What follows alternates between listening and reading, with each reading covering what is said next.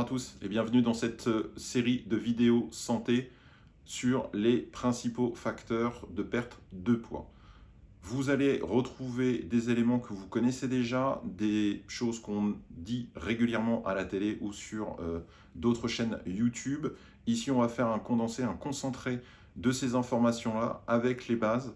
Je m'appuie sur mon expérience, sur ma perte de poids, puisque je suis passé de ça à ça en quelques années et pas en quelques mois comme on essaye de vous le vendre en permanence, avec des hauts et des bas. Ça aussi, je pourrais en parler dans une autre vidéo dédiée si cela vous intéresse. Je vous laisse mettre un petit commentaire sur ce sujet.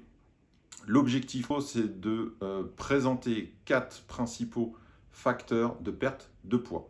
Le premier facteur, la nutrition. Le deuxième facteur, le sport. Le troisième facteur, le moral, le sommeil. Il y a deux groupes qui se distinguent, ceux sur lesquels vous pouvez activement travailler et améliorer tous les jours. Ce seront donc le sport et la nutrition. Et vous avez de l'autre ceux qui sont un petit peu plus compliqués, ou en tout cas qui demandent un peu plus d'efforts, ou peut-être même de l'aide et du soutien auprès de professionnels de santé ou de vos amis, ou en tout cas une réflexion de votre part. C'est bien sûr la partie morale, donc stress, et la partie sommeil. Tout au long de ces 4 vidéos, je vais vous donner à la fois des conseils et des astuces qui m'ont permis de perdre du poids et qui m'ont permis aussi de prendre du muscle si éventuellement ceci vous intéresse. Il y a des bases, il y a des choses qui sont simples, faciles, qui sont à la portée de tous et qui vous permettent très facilement et très rapidement de voir des résultats. Bien sûr, ces conseils-là, vous pouvez les retrouver avec différents youtubeurs. C'est d'ailleurs cette source d'information qui m'a permis de consolider mes connaissances et qui m'ont permis de puiser chez l'un et chez l'autre des informations. Et je me permettrai d'ailleurs de faire les références à ces youtubeurs. Ici, j'essaie simplement de les condenser, de les résumer pour que vous ayez une bonne préparation. Et donc sur 4 vidéos, que vous ayez l'essentiel pour bien débuter, bien démarrer votre perte de poids.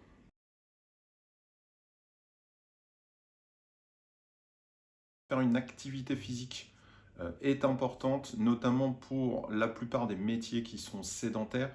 On est assis toute la journée devant nos écrans, donc on effectue une activité très faible pour notre organisme.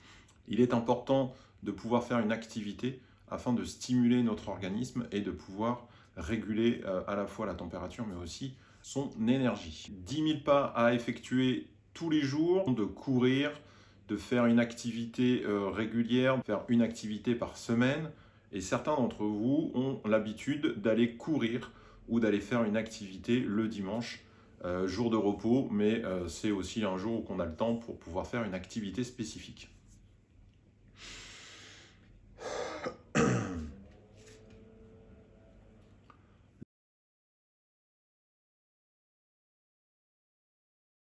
Le premier conseil que je vais pouvoir vous donner, c'est de commencer petit, de commencer à votre rythme et de commencer par une activité simple, facile et rapide à faire. Tout simplement, nous avons tous un travail, nous avons des enfants potentiellement, et donc on a déjà une journée qui est déjà bien remplie. Votre santé est quand même importante. Je pense qu'il est possible, une journée sur 2, de pouvoir vous octroyer 1 heure. Quand je dis 1 heure, j'englobe l'intégralité du temps à passer pour cette activité. Se rendre dans le lieu de l'activité, prendre sa douche à la fin de cette activité et rentrer chez soi.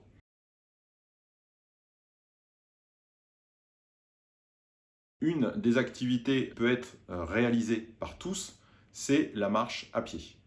Ne vous focalisez pas sur le fait que vous puissiez courir. Vous pouvez, dans un premier temps, et de façon répétée, c'est-à-dire pendant plusieurs semaines ou plusieurs mois, simplement vous obliger à marcher au moins 30 à 45 minutes.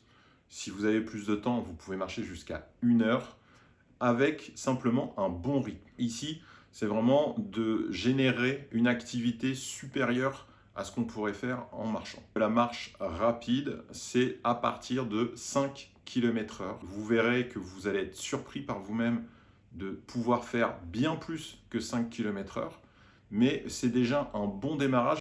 Les effets ne seront pas immédiats, en tout cas, vous savez que ça va faire du bien à votre organisme. La marche à pied, on marche depuis qu'on a 2-3 ans, donc c'est quelque chose qui est normal pour nous, qu'on maîtrise, qu'on sait faire. Là, tout ce qui est demandé, c'est de marcher légèrement plus rapidement que d'habitude et de conserver ce rythme rapide sur une durée de 30, 45 ou 1 heure.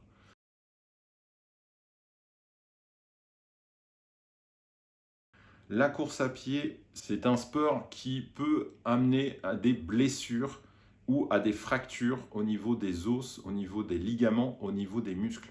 C'est un sport qui demande du temps, qui demande de l'adaptation, qui demande de la préparation. Donc ne vous lancez pas dans une course à pied, même si c'est que 2 ou 3 km, au fait de ne pas être préparé pour ce type d'activité. C'est quelque chose d'intense et qui peut générer plus de problèmes.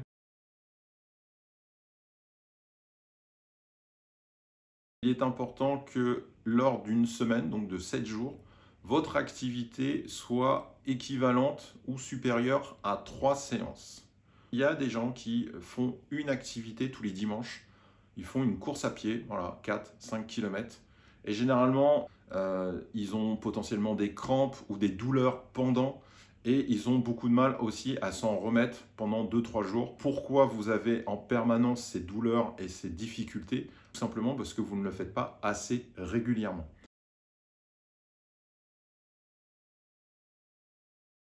Quand vous effectuez cette activité, eh bien, vous pouvez mettre de la musique ou simplement du podcast ou simplement faire une réflexion sur soi-même. Ça fera partie de la vidéo du moral et du stress. Le temps d'activité physique que vous allez faire potentiellement seul, eh bien, c'est l'occasion pour vous de faire cette réflexion et d'avoir du temps pour vous.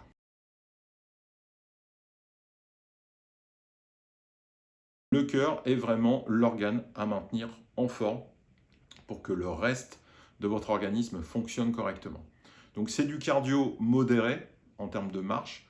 La marche rapide, c'est-à-dire qu'en cardio, vous allez pouvoir le faire très régulièrement. Il est possible que vous ayez quelques douleurs au niveau des cuisses ou au niveau des mollets. Ça, c'est signe que justement votre organisme, votre corps et vos muscles ne sont plus habitués à fonctionner et à faire une activité physique. Donc vous allez éviter les crampes, vous allez éviter les blessures parce que vous allez pouvoir plus facilement récupérer d'une marche rapide que d'une course à pied.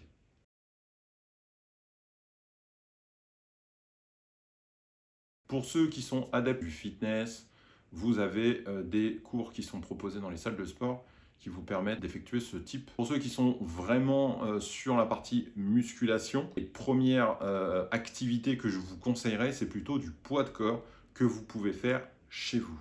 Commencez simplement par des pompes. Apprenez à bien les exécuter et vous allez pouvoir progresser assez rapidement sur cet exercice unique. Pourquoi un seul exercice? Pourquoi celui-ci particulièrement? Eh bien, les pompes permettent d'activer différents muscles de votre haut du corps, biceps, triceps, épaules, les dorsaux et pectoraux. L'autre avantage, c'est que c'est gratuit, vous pouvez le faire chez vous sans aucun matériel et vous pouvez rajouter éventuellement quelques autres exercices comme des dips entre deux chaises. Là aussi, vous avez beaucoup de vidéos YouTube qui vous proposent ce genre d'astuces de comment faire des exercices de musculation chez soi, qu'on appelle le home training. Ça a été notamment très développé lors du Covid.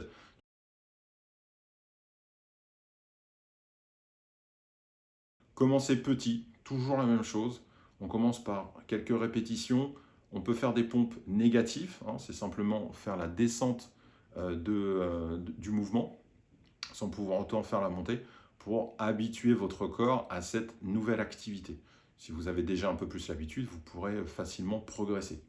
Voilà, donc là aussi, si vous avez besoin, si vous souhaitez que je fasse des vidéos spécifiquement sur l'évolution et sur les répétitions à faire, le type d'entraînement, eh bien laissez-moi un commentaire, je ferai des vidéos dédiées là-dessus.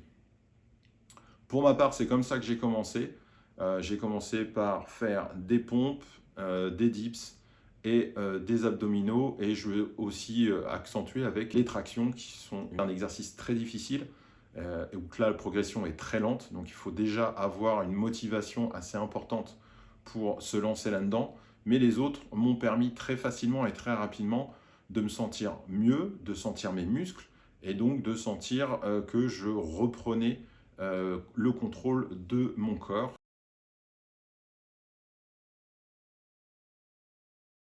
Pour toutes les autres personnes qui sont plus à l'aise des sports d'équipe, comme le volleyball, le badminton, le tennis, le squash, eh bien, toutes ces activités, de toute façon, lors des échauffements, vous aurez des phases de course à pied, vous aurez certainement des étirements, donc vous aurez déjà quelque part des éléments déjà de réponse et de l'activité qui vous seront proposés, qui permettront déjà de réveiller votre organisme et réveiller votre cardio.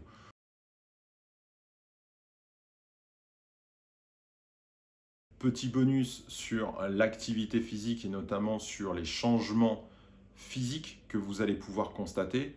Partez sur le principe que la construction d'un muscle ou la construction du bien-être ou du cardio prend du temps. Votre organisme a besoin de temps pour comprendre qu'il y a une nouvelle activité, comprendre qu'il doit s'adapter à cette nouvelle activité.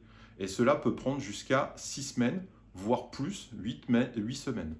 Ne soyez pas surpris de ne pas constater forcément une perte de poids ou une augmentation de votre masse musculaire ou simplement un bien-être dans les premiers jours, les premières semaines.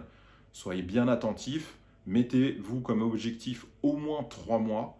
Voilà, pendant 3 mois, vous restez concrètement sur des activités régulières et puis vous pourrez comparer le avant-après et vous me direz si cela a marché pour vous.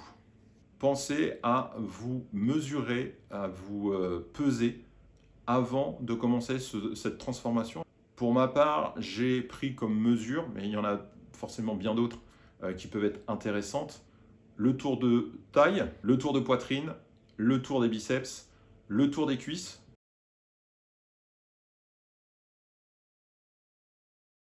Commencez petit, marchez 20 minutes, essayez de maintenir une cadence supérieure à 5 km/h ou juste 5 km/h. Si vous êtes en surpoids, évitez la course à pied. Si vous pratiquez déjà la course à pied une fois par semaine, eh bien, essayez de passer à 2 ou 3 séances, même en réduisant potentiellement le temps passé. Si vous courriez par exemple 3 quarts d'heure ou 1 heure, eh bien, redescendez à 20 minutes ou 30 minutes, mais faites-le plus régulièrement. On se retrouve dans la 3e vidéo pour le facteur moral et stress, où là, on parlera plutôt de bien-être. Et c'est un des facteurs qui est le plus compliqué avec le sommeil de changer. Merci d'avoir suivi la vidéo jusqu'au bout et à bientôt.